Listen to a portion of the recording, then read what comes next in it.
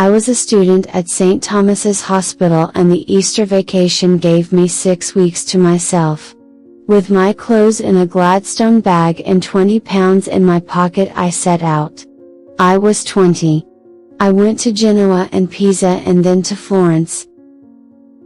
Here I took a room in the Via Laura, from the window of which I could see the lovely dome of the cathedral, in the apartment of a widow lady, with a daughter, who offered me board and lodging, after a good deal of haggling, for 4 lire a day. I am afraid that she did not make a very good thing out of it, since my appetite was enormous, and I could devour a mountain of macaroni without inconvenience. She had a vineyard on the Tuscan hills, and my recollection is that the Chianti she got from it was the best I have ever drunk in Italy. Her daughter gave me an Italian lesson every day. She seemed to me then of mature age, but I do not suppose that she was more than 26. She had had trouble. Her betrothed, an officer, had been killed in Abyssinia and she was consecrated to virginity. It was an understood thing that on her mother's death, a buxom, gray-haired, jovial lady who did not mean to die a day before the dear Lord saw fit, Ursula would enter religion. But she looked forward to this with cheerfulness. She loved a good laugh. We were very gay at luncheon and dinner, but she took her lessons seriously, and when I was stupid or inattentive rapped me over the knuckles with a black ruler. I should have been indignant at being treated like a child if it had not reminded me of the old-fashioned pedagogues I had read of in books and so made me laugh. I lived laborious days. I started each one by translating a few pages of one of Ibsen's plays so that I might acquire mastery of technique and ease in writing dialogue. Then, with Ruskin in my hand, I examined the sights of Florence. I admired according to instructions the Tower of Giotto and the bronze doors of Ghiberti. I was properly enthusiastic over the Botticellis in the Uffizi and I turned the scornful shoulder of extreme youth on what the master disapproved of. After luncheon I had my Italian lesson and then going out once more I visited the churches and wandered daydreaming along the Arno. When dinner was done I went out to look for adventure, but such was my innocence, or at least my shyness, I always came home as virtuous as I had gone out. The Signora, though she had given me a key, sighed with relief when she heard me come in and bolt the door. For she was always afraid I should forget to do this, and I returned to my perusal of the history of the Guelphs and Ghibellines. I was bitterly conscious that not thus behaved the writers of the Romantic era, though I doubt whether any of them managed to spend 6 weeks in Italy on £20, and I much enjoyed my sober and industrious life.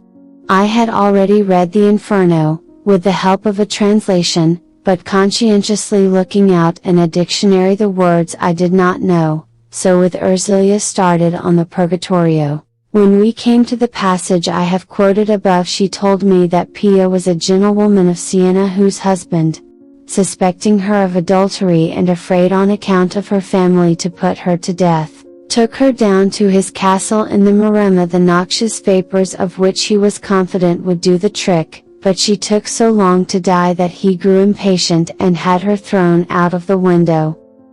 I do not know where Ursula learned all this. The note in my own Dante was less circumstantial, but the story for some reason caught my imagination. I turned it over in my mind and for many years from time to time would brood over it for 2 or 3 days. I used to repeat to myself the line, Siena mi fe, dista mi Maremma, but it was one among many subjects that occupied my fancy and for long periods I forgot it. Of course I saw it as a modern story, and I could not think of a setting in the world of today in which such events might plausibly happen. It was not till I made a long journey in China that I found this. I think this is the only novel I have written in which I started from a story rather than from a character. It is difficult to explain the relation between character and plot. You cannot very well think of a character in the void. The moment you think of him in some situation, doing something. So that the character and at least his principal action seem to be the result of a simultaneous act of the imagination. But in this case the characters were chosen to fit the story I gradually evolved. They were constructed from persons I had long known in different circumstances. I had with this book some of the difficulties that are apt to befall an author. I had originally called my hero and heroine Lane, a common enough name, but it appeared that there were people of that name in Hong Kong. They brought an action, which the proprietors of the magazine in which my novel was serialized settled for £250, and I changed the name to Fane. Then the assistant colonial secretary, thinking himself libeled, threatened to institute proceedings. I was surprised, since in England we can put a prime minister on the stage or use him as the character of a novel. An Archbishop of Canterbury or a Lord Chancellor, and the tenants of these exalted offices do not turn a hair. It seemed to me strange that the temporary occupant of so insignificant a post should think himself aimed at, but in order to save trouble I changed Hong Kong to an imaginary colony of Ching Yen. The book had already been published when the incident arose and was recalled. A certain number of astute reviewers who had received it did not on one pretext and another return their copies. These have now acquired a bibliographical value. I think there are about 60 of them in existence, and are bought by collectors at a high price. She gave a startled cry. "What's the matter?" he asked. Notwithstanding the darkness of the shuttered room he saw her face on a sudden distraught with terror. Someone just tried the door. Well, perhaps it was the Amma, or one of the boys. They never come at this time. They know I always sleep after tiffin. Who else could it be? Walter, she whispered, her lips trembling. She pointed to his shoes. He tried to put them on, but his nervousness, for her alarm was affecting him, made him clumsy, and besides, they were on the tight side. With a faint gasp of impatience she gave him a shoehorn. She slipped into a kimono and in her bare feet went over to her dressing table. Her hair was shingled and with a comb she had repaired its disorder before he had laced his second shoe. She handed him his coat. "How shall I get out?" "You'd better wait a bit. I'll look out and see that it's all right. It can't possibly be Walter. He doesn't leave the laboratory till 5. "Who is it then?" They spoke in whispers now. She was quaking. It occurred to him that in an emergency she would lose her head, and on a sudden he felt angry with her. If it wasn't safe, why the devil had she said it was? She caught her breath and put her hand on his arm. He followed the direction of her glance. They stood facing the windows that led out on the veranda. They were shuttered and the shutters were bolted. They saw the white china knob of the handle slowly turn. They had heard no one walk along the veranda. It was terrifying to see that silent motion. A minute passed and there was no sound.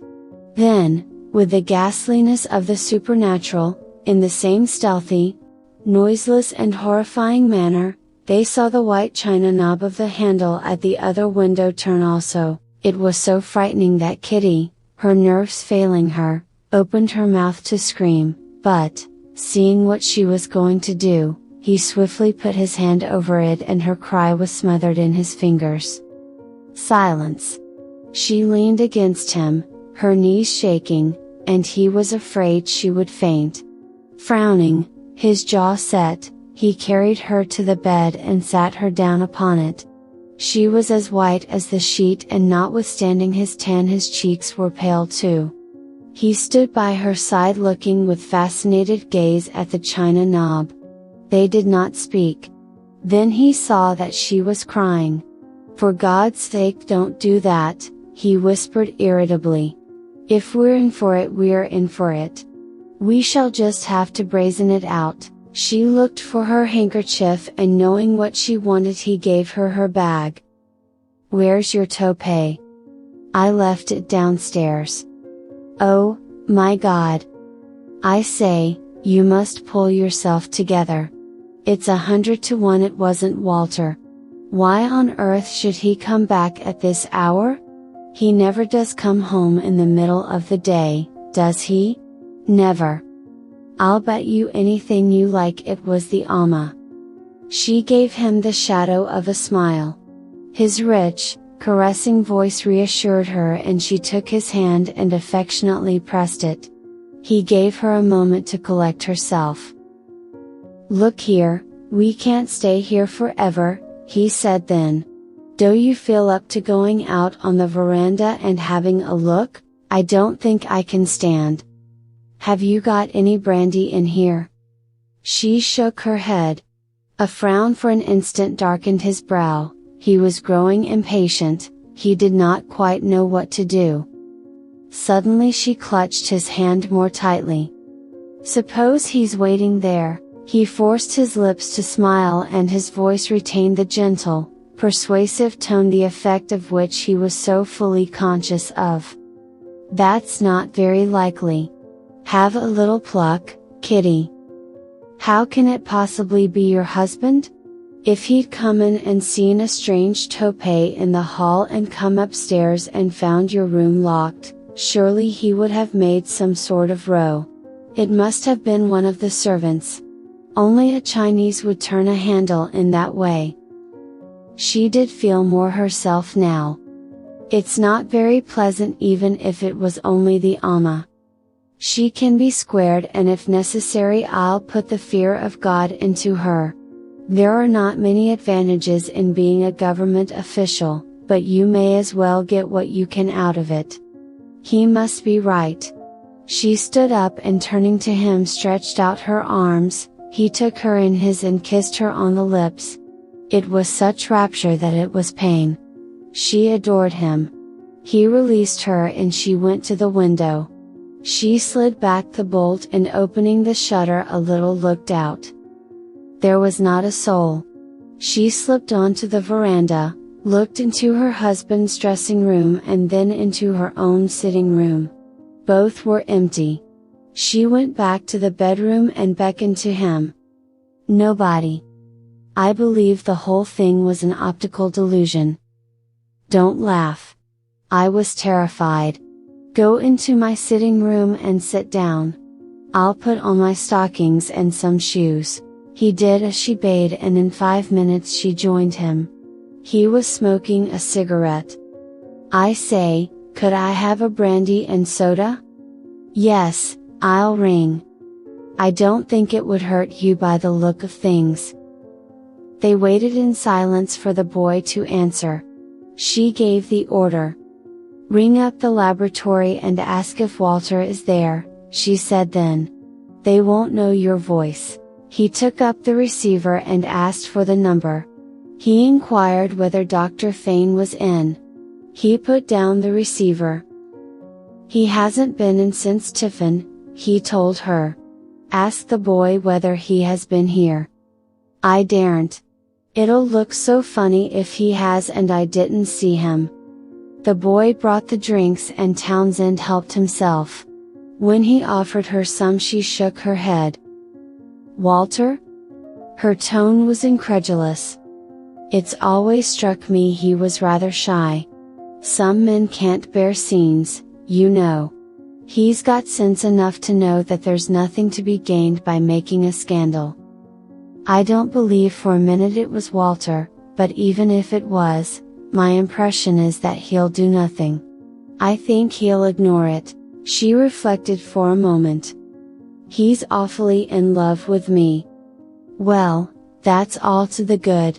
You'll get round him." He gave her that charming smile of his which she had always found so irresistible. It was a slow smile which started in his clear blue eyes and traveled by perceptible degrees to his shapely mouth. He had small white even teeth. It was a very sensual smile and it made her heart melt in her body. "I don't very much care," she said, with a flash of gaiety. "It was worth it.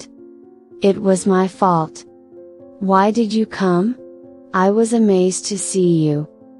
I couldn't resist it, you dear."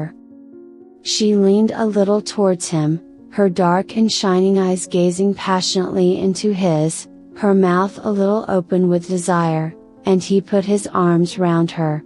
She abandoned herself with a sigh of ecstasy to their shelter. "You know you can always count on me," he said. "I'm so happy with you.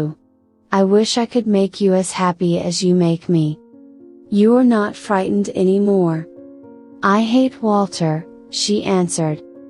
He did not quite know what to say to this, so he kissed her. Her face was very soft against his. But he took her wrist on which was a little gold watch and looked at the time. "Do you know what I must do now? Bolt?" She smiled. He nodded. For one instant she clung to him more closely, but she felt his desire to go, and she released him. "It's shameful the way you neglect your work. Be off with you." He could never resist the temptation to flirt. "You seem in a devil of a hurry to get rid of me," he said lightly. "You know that I hate to let you go." Her answer was low and deep and serious. He gave a flattered laugh. "Don't worry your pretty little head about our mysterious visitor. I'm quite sure it was the Alma. And if there's any trouble I guarantee to get you out of it. Have you had a lot of experience?" His smile was amused and complacent. "No, but I flatter myself that I've got a head screwed on my shoulders." She went out onto the veranda and watched him leave the house. He waved his hand to her. It gave her a little thrill as she looked at him. He was 41, but he had the lithe figure and the springing step of a boy. The veranda was in shadow, and lazily, her heart at ease with satisfied love, she lingered. Their house stood in the happy valley, on the side of the hill, for they could not afford to live on the more eligible but expensive peak. But her abstracted gaze scarcely noticed the blue sea and the crowded shipping in the harbor. She could think only of her lover.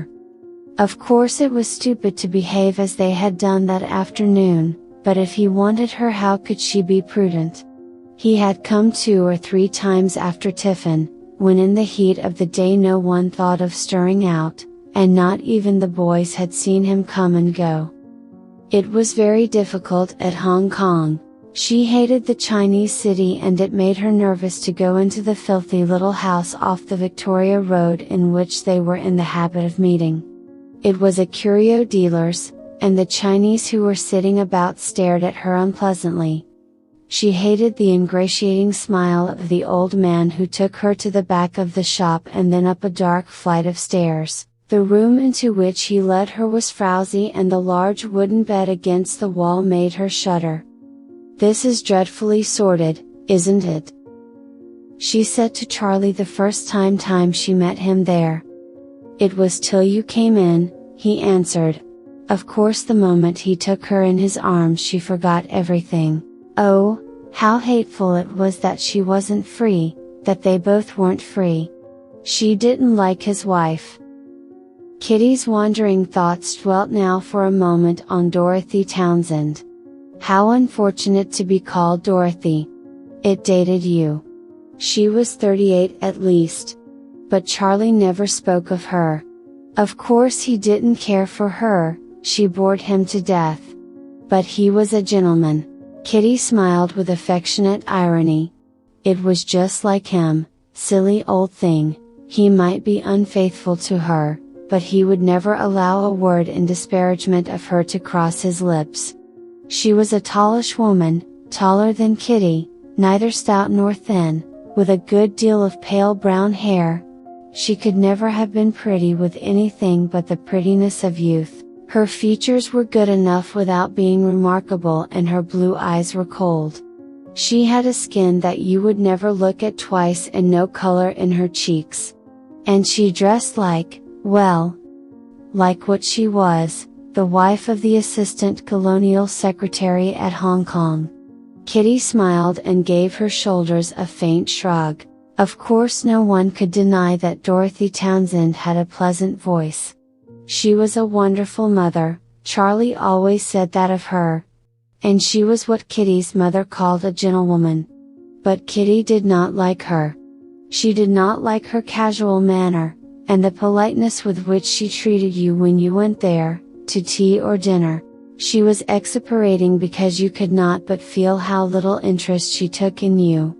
The fact was, Kitty supposed, that she cared for nothing but her children. There were 2 boys at school in England, and another boy of 6 whom she was going to take home next year.